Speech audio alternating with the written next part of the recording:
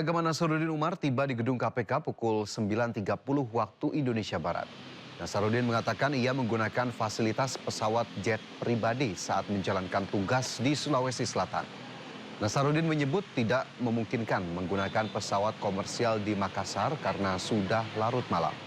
Terlebih lagi ia juga harus kembali ke Jakarta pada esok paginya untuk rapat sidang isbat penetapan 1 Ramadan. Pak, tadi apa aja Pak yang diisi di dalam Pak? Sementara itu KPK pastikan bahwa Menteri Agama Nasaruddin Umar tak dikenai sanksi pidana berkaitan dengan gratifikasi penggunaan jet pribadi. Hal tersebut karena Menak telah melaporkan penggunaan fasilitas dalam kurun 30 hari kerja sejak menerima fasilitas. Juru bicara Komisi Pemberantasan Korupsi Budi Prasetyo mengapresiasi pelaporan dugaan gratifikasi yang dilakukan oleh Nasaruddin Umar ke KPK sebagai mitigasi awal adanya bentrokan kepentingan dan berharap penyelenggara negara lainnya melakukan hal yang sama saat menerima gratifikasi. Pak, tadi apa aja Pak yang diisi di dalam Pak? Seperti apa ya, yang kali ini saya datang lagi ya untuk menyampaikan tentang terkait dengan kemarin kepergian saya di menjalankan tugas di Sulawesi Selatan, ya, di Makassar untuk menggunakan pesawat khusus itu ya, karena jam 11 malam kan udah pindah ada pesawat lagi ke sana dan besok paginya balik lagi kan ada persiapan sidang isbat. Dengan melaporkan gratifikasi di awal ini tentu juga menjadi mitigasi timbulnya suatu benturan kepentingan atau konflik of interest di belakang hari. Kemudian yang kedua tentu ini akan menjadi teladan yang positif tidak hanya di jajaran Kementerian Agama tapi juga bagi seluruh penyelenggara negara ataupun ASN lainnya. Jika ada pihak-pihak yang ingin memberikan sesuatu baik dalam bentuk barang ataupun fasilitas. Sidang perdana pra-peradilan yang diajukan mantan Menteri Agama Yakut Holil Qomas digelar hari ini di Pengadilan Negeri Jakarta Selatan.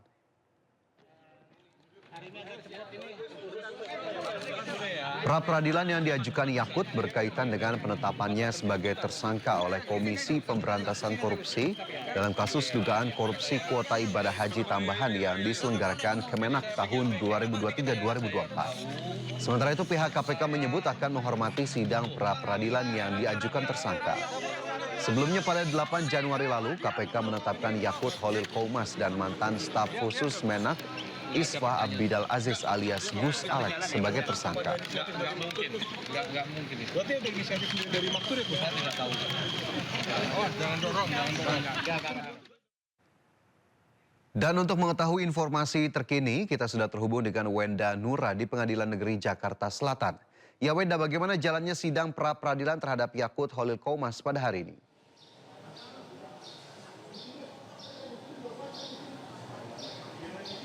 Ya, selamat siang Fajar dan juga pemirsa. Sidang perdana permohonan pra-peradilan yang diajukan oleh mantan Menteri Agama Republik Indonesia atau yang biasa kita sebut atau kita panggil Gus Yakut ini sudah selesai dilaksanakan, namun ada informasi yang perlu kami sampaikan bahwa persidangan ini ditunda hingga seminggu ke depan dikarenakan dari pihak termohon atau dalam hal ini pihak KPK tidak dapat hadir dalam persidangan meskipun persidangan ini sudah ditunda 50 menit dari agenda semula begitu. Jadi agenda persidangan semula dijadwalkan pukul 10 waktu Indonesia bagian Barat, namun karena menunggu dari pihak termohon hadir hingga pukul 10.50 sidang baru dimulai, namun dari pihak termohon KPK masih tidak hadir di persidangan sehingga terpaksa sidang harus ditunda hingga sepekan ke depan sehingga sidang perdana akan kembali digelar pada tanggal 3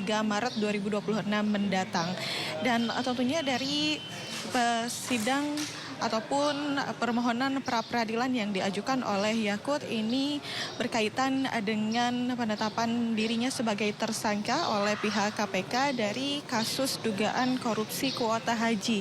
Namun dari pihak KPK pun sebelumnya sudah sempat menyatakan bahwa dari pihak KPK menghormati keputusan dari Yakut untuk mengajukan pra-peradilan karena memang itu hak dari Yakut sendiri. Namun dari pihak KPK menyatakan bahwa dari pihaknya ini sudah melakukan penyidikan dan penyelidikan sesuai dengan aturan dan dengan alat bukti yang sudah cukup, termasuk diantaranya dari pihak BPK sebagai auditor negara juga menyatakan bahwa haji ini merupakan keuangan negara sehingga memang dari pihak Yakut ini sudah sesuai jika ditetapkan sebagai tersangka.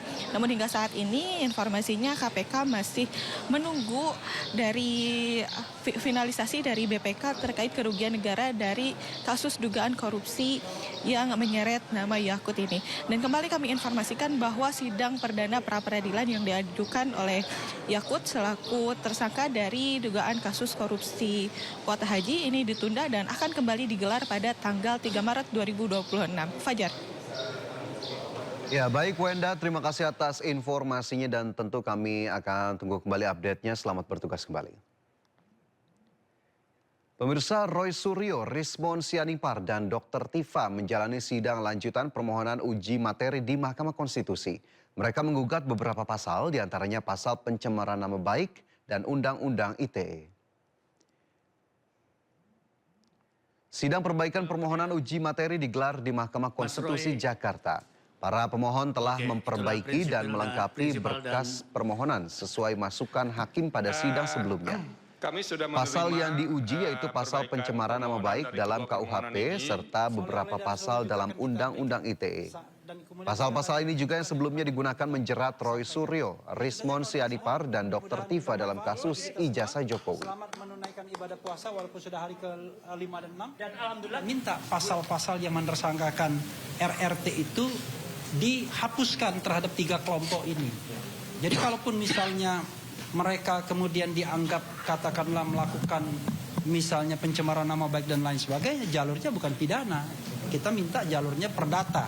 Walaupun kita tidak mintakan ke MK, tapi for the future berharapnya begitu. Seperti Presiden Prancis ketika dituding bahwa istrinya laki-laki, dia menggugat orang per orang yang menyatakannya secara perdata bukan secara pidana. Karena kami sampaikan tadi kawan-kawan semua, yang namanya defamation law atau hukum pencemaran nama baik itu di negara-negara lain itu sudah banyak dihapuskan. Di Amerika Serikat mayoritas misalnya negara bagian sudah menghapuskan defamation law. Sehingga orang bisa bebas menyampaikan kritik. Kenapa? Dengan adanya hukum pencemaran nama baik, fitnah, kemudian ujaran kebencian dan lain sebagainya, memunculkan efek ketakutan hukum kita. Tapi intinya itu adalah memperinci apa yang ada pada detail undang-undang atau aturan yang kita koreksi, termasuk kita menghilangkan satu tadi ya yang di pasal 32 ayat 2 di Undang-Undang ITE yang itu tidak disangkakan kepada kami ya. Tapi sekali lagi saya menandaskan apa yang disampaikan oleh Dr. Tifa dan nanti akan disampaikan oleh Dr. Rismon bahwa ini insya Allah bermanfaat untuk seluruh masyarakat yang memang terwakili ke dalam 3 jenis pemohonan tadi ya. Jadi artinya kepada aktivis, akademisi, peneliti dan aktivis. Jadi insya Allah Majelis Hakim Konstitusi akan bisa mempertimbangkan dengan baik ya, karena kami ada 10 petitum tadi yang dibacakan dan semoga tidak yang terakhir ya. Kalau yang terakhir itu kan andai kata tidak diterima, memilih dengan sebaik-baiknya. Pemirsa, rencana impor 105.000 mobil pick-up dari India menuai kontroversi. Wakil Ketua DPR RI Sufmi Dasko Ahmad meminta pemerintah menunda rencana impor pick-up yang akan digunakan untuk Kopdes Merah Putih. Rencana impor mobil pick-up berpenggerak 4 roda besar-besaran dari India memantik kritik tajam. Langkah ini dinilai akan menggerus produk domestik bruto hingga mencapai 39 triliun rupiah. Jika angka sebesar itu terbang ke luar negeri, maka akan merugikan industri otomotif nasional. Wakil Ketua DPR RI Sufmi Dasko Ahmad meminta impor ditunda sambil menunggu keputusan Presiden Prabowo yang saat ini tengah melakukan kunjungan kerja ke luar negeri. Menurut Dasko, sebelum melakukan impor mobil, Presiden Prabowo akan meminta pendapat dan mengkalkulasi kesiapan dan perusahaan dalam negeri. Sebelumnya, Direktur Utama Agrinas Pangan Nusantara, Joao Angelo de Sousa Mota, mengungkapkan alasan impor 105.000 unit pick-up dari India senilai lebih dari 24 triliun rupiah untuk operasional Kopdes Merah Putih. Putusan impor didorong oleh harga, kualitas, serta ketersediaan produk serupa yang terbatas di dalam negeri. Rencana untuk impor 105.000 mobil pickup dari India, saya sudah menyampaikan pesan kepada pemerintah untuk rencana tersebut ditunda dulu, mengingat Presiden masih di luar negeri. Tentunya Presiden pada saat pulang akan membahas detail-detail mengenai impor tersebut, dan tentunya juga Presiden akan meminta pendapat dan mengkalkulasi kesiapan dari perusahaan dalam negeri. Nah, sehingga kami sudah menyampaikan pesan untuk ditunda dulu, demikian. Kita beralih ke informasi lain, pemirsa. Menteri Keuangan Purbaya Yudi Sadewa mengambil sikap tegas terkait pernyataan kontroversial yang disampaikan alumni LPDP Dwi Sasetningtyas. Postingan Dwi Sasetningtyas tersebut dianggap menghina negara. Tunggu-tunggu selama 4 bulan ke belakang nyampe juga. Menteri Keuangan Purbaya Yudi Sadewa menyesalkan perilaku dari penerima beasiswa LPDP Dwi Sasetningtyas yang memposting status warga negara anaknya dan memberikan pernyataan kontroversial. Purbaya meminta masyarakat yang menerima beasiswa LPDP tidak seenaknya dan tidak menghina negara. Pasalnya uang LPDP yang diberikan adalah uang dari pajak dan utang negara. Purbaya meminta uang LPDP dikembalikan beserta bunganya dan akan blacklist nama tersebut. Jadi Pak Dirut nih bosnya LPDP nih. Saya harapkan ke depan teman-teman yang dapat pinjaman LPDP, ya kalau mau nggak seneng yang nggak senang, tapi jangan menghina-hina negara lah. Jangan begitu. Kita itu uang dari pajak dan sebagian dari utang yang kita sisihkan untuk memastikan SDM kita tumbuh. Tapi kalau dipakai untuk menghina negara, ya kita minta uangnya dengan bunganya kalau gitu. Nanti saya akan blacklist dia. Di seluruh pemerintahan nggak akan bisa masuk. Nanti kan kita lihat blacklist yang lain seperti apa. Jadi jangan menghina negara Anda sendiri. Lu sekolah biaya siapa? Dan saya sekolah pakai uang sendiri. Habis itu RATA uang sana juga. Setelah dokter ya pulang. Pemirsa, Dewan Pimpinan Pusat Partai Perindo kembali melantik kepengurusan baru di tingkat provinsi. Kali ini penguatan struktur difokuskan di Provinsi Jambi sebagai salah satu basis penting Partai Perindo di Pulau Sumatera.